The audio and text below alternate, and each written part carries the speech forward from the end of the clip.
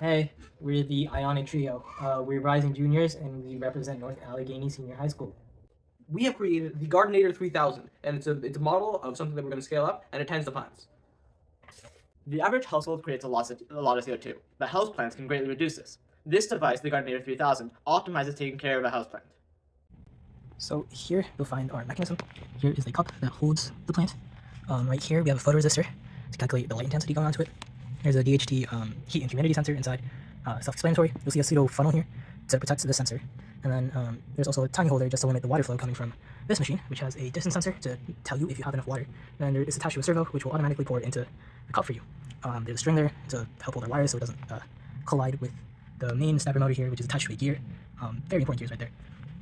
You can see a ton of duct tape. Under here is where all our circuitry is to get out of the pipe. Right now, you just saw our thing was spinning. It does that every like 30-ish minutes, where it spins around, starting from over here, all the way around, to calculate which area has the most light, and then it returns back to the best area for it to sit. In this function that controls the stepper, there are discrete positions on which the photoresistor is read before going in a full rotation and then checking which one was the highest and then returning to that point.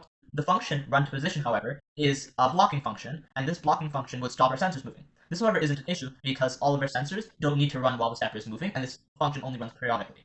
A loop function handles the order of all of our other functions, such as the water level, and when it should pour, it checks a button in the LCD and checks our DHT sensor every 11 seconds, and spin every 30 minutes, as the DHT can only read about every 10 seconds, and the spin time only needs to move when light should change drastically. Every so often, the plant will stop by to get some water poured into it.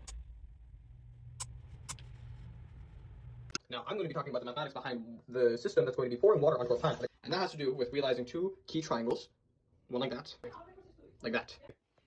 And this is the mathematics that is describing that first case, where we have the triangle of air. So, volume is equal to H,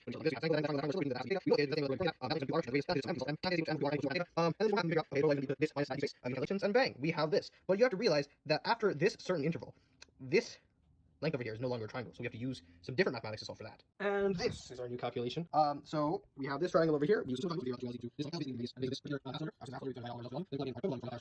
then we get this. And then we realize that we represent it as a piecewise function, where it follows this function when it's less than that, and it follows this function when it's greater than that. And finally, as a little proof of concept, we have this function over here.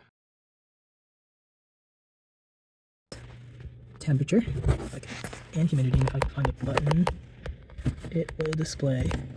There you go. Light levels.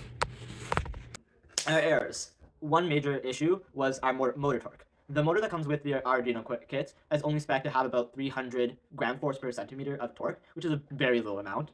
And for this project, we had to gear it up to a 5-to-1 ratio to make it even move our plant.